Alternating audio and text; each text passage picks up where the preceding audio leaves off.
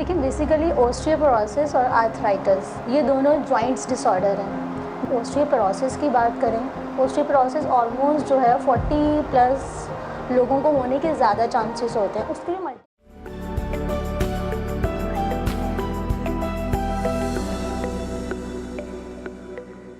ये हजामा से इसकी शिद्दत में कंट्रोल किया जा सकता है या हजामा के करवाने से ये इसका इलाज मुकम्मल जो है ना सकियाब हो सकते हैं इसमें? देखिए ये भी डिपेंड करता है आपकी एक्यूट और क्रॉनिक कंडीशन के अकॉर्डिंगली। हमारे पास काफ़ी ऐसे पेशेंट्स आए हैं जो कि अपनी लाइफस्टाइल मैनेज करने के साथ साथ इस कंडीशन के साथ सर्वाइव कर रहे हैं, क्योंकि इसमें क्या होता है कि आपकी जॉइंट्स के अंदर एक साइनोवियल फ्लूइड जो है वो बिल्कुल ख़त्म हो चुका होता है, तो उसको रीजनरेट तो नहीं कर सकते। तो हिजामा के ज़रिए आप उससे रिलेटेड पेन और स्टिफनेस जो आपको परसिस्टेंटली रह रही होती है वो बिल्कुल ख़त्म हो जाती है।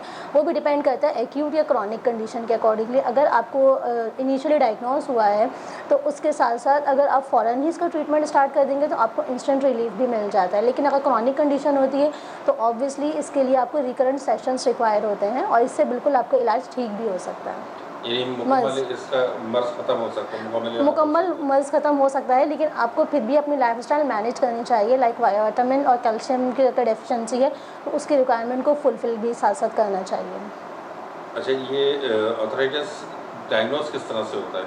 आर्थराइटिस जो डायग्नोस करते हैं वो बेसिकली कुछ ब्लड टेस्ट वगैरह होते हैं। आरए फैक्टर टेस्ट होता है, हमारी बॉडी के अंदर एक एंजाइम होता है आरए फैक्टर, उसकी टेस्टिंग की जाती है। उसकी भी कुछ रेंज होती है, जैसे कि 20 यूनिट्स पर मिलीलीटर, उसके अकॉर्डिंग तो वो नॉर्मल होती है, लेकिन उसके अकॉर्डिंगली अगर 20 से अबव रेंज चले जाएगी तो वो आर्थराइटिस की तरफ जाएगा।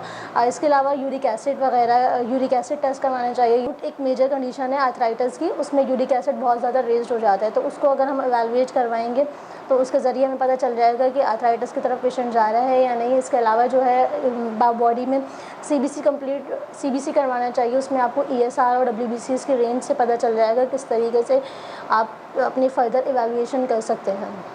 और ऑस्टियोपोरोसिस के किस तरह से डायग्नोस होगा? ओस्टियोपोरोसिस के लिए बोन मास डेंसिटी टेस्ट होता है, वो करवाना चाहिए। इसके अलावा नॉर्मल आप नीज़ का स्कैन अगर एक्सरे वगैरह भी करवाएंगे तो उससे भी प्रॉपर्ली इवैल्यूएट हो जाता है कि नीज़ कहीं जॉइंट्स कॉर्न शेप के तो नहीं हो रहे हैं, जॉइंट्स की मूवमेंट या जॉइंट्स की स्ट्रक्चर में कोई चेंजिंग तो नहीं आ रही बेसिकली। इसके अलावा डेक्सा स्कैन आप करवा सकते हैं, उसमें आपको नीज़ के बिल्कुल जो है प्रॉपर्ली रेंज पता चल जाएगी कि उसमें आर्टिकुलेशन उसकी कितनी है।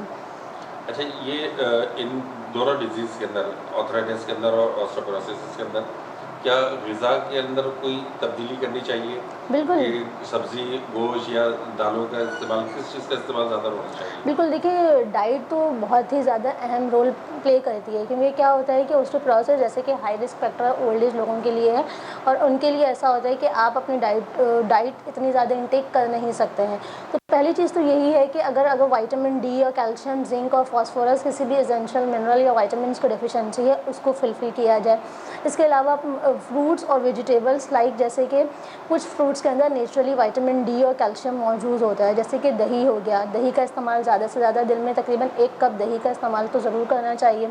इसके अलावा चिया सीड्स बहुत बेस्ट हैं इस चीज़ के अंदर, क्योंकि चिया सीड्स नेचुरली एंटीऑक्सीडेंट भी होते हैं और एंटी इन्फ्लेमेटरी होते हैं। चिया सीड्स को रात को भिगो के सो जाएं और सुबह निहार मुँह उस चिया सीड्स का इंटेक कर लें। बॉडी में आपकी सर्कुलेशन भी एनहांस होगी, उससे एंटीऑक्सीडेंट इफेक्ट भी मिलेगा। इसके अलावा ग्रीन लीफी वेजिटेबल जैसे कि हो गई कि पालक हो गई, ब्रोकली हो गई, मटर हो गया, इन सब का इंटेक अपनी बॉडी में ज़्यादा से ज़्यादा करना चाहिए, क्योंकि इनके अंदर नेचुरली जो है जिंक, फास्फोरस और कैल्शियम की मिकदार काफ़ी हाई क्वांटिटी में होती है। इसके अलावा अपनी डाइट के अंदर अंडे की, जैसे कि जर्दी हो गई, अंडे की जर्दी को, सफ़ेदी नहीं, जर्दी को ज़्यादा से ज़्यादा इस्तेमाल हम कर सकते हैं। रोज़ाना एक बॉयल एग के साथ उसको बॉयल एग में से सफ़ेदी हटा के उसकी जर्दी का इंटेक करें। दूध रोज़ाना 1 कप लाजमी लेना चाहिए ऐसे पेशेंट्स को, और ताकि अपनी लाइफस्टाइल मैनेज कर सकें वो। इसके अलावा जो है फूल मखाने जो हैं उसको रोस्ट करके रोज़ाना उसको तकरीबन हाफ़ कप जो है क्वांटिटी में उसको ले लेना चाहिए, क्योंकि वो बहुत ज़्यादा नेचुरली उसके अंदर कैल्शियम लेवल होता है। कैल्शियम उसकी वजह से आपकी बॉडी के अंदर बहुत ज़्यादा एनहांस होता है। इसके अलावा मोरिंगा पाउडर जो है, मोरिंगा बहुत ज़्यादा आजकल हमारे दरख्त में है, हमें तो उसके पाउडर को रोज़ाना 1 चम्मच इनटेक करना चाहिए निहार में, क्योंकि मोरिंगा के अंदर भी नेचुरली कैल्शियम होता है जो हमारी बॉडी के अंदर और जॉइंट्स के लिए बहुत ज़्यादा नेसेसरी है। और इसके अलावा कुछ मामूली ओस्टियोपोरोसिस वाले पेशेंट्स को बेसिकली हैवी एक्सरसाइजेस नहीं करनी चाहिए, लेकिन रोज़ाना हल्की फुल्की वर्जिश और एक्सरसाइजेस तो रोज़ाना करनी चाहिए। वॉक को अपना मामूल बनाना चाहिए ऐसे पेशेंट्स को। बेसिकली वॉक उनके लिए बहुत नेसेसरी है। ऑलमोस्ट 15 मिनट्स टू 20 मिनट्स रोज़ाना वॉक करनी चाहिए, वो भी घास के ऊपर अगर वॉक करें तो वो ज़्यादा बेस्ट है।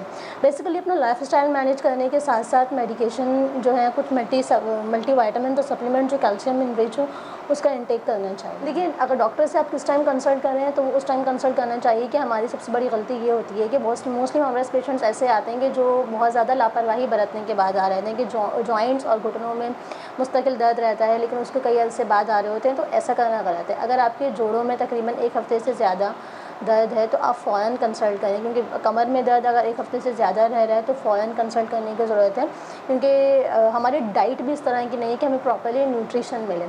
तो इसी वजह से बेसिकली अब किसी भी एज का कोई वो नहीं होता है कि आप किसी भी एज में आर्थराइटिस भी हो सकता है, तो आपको ये है कि कंसर्न फ़ौरन ही करना चाहिए विदिन अ वीक। बहुत शुक्रिया डॉक्टर साहबा, आपने बहुत ज़हमत करी और एक अच्छी गुफ्तगू हुई रही हमारी।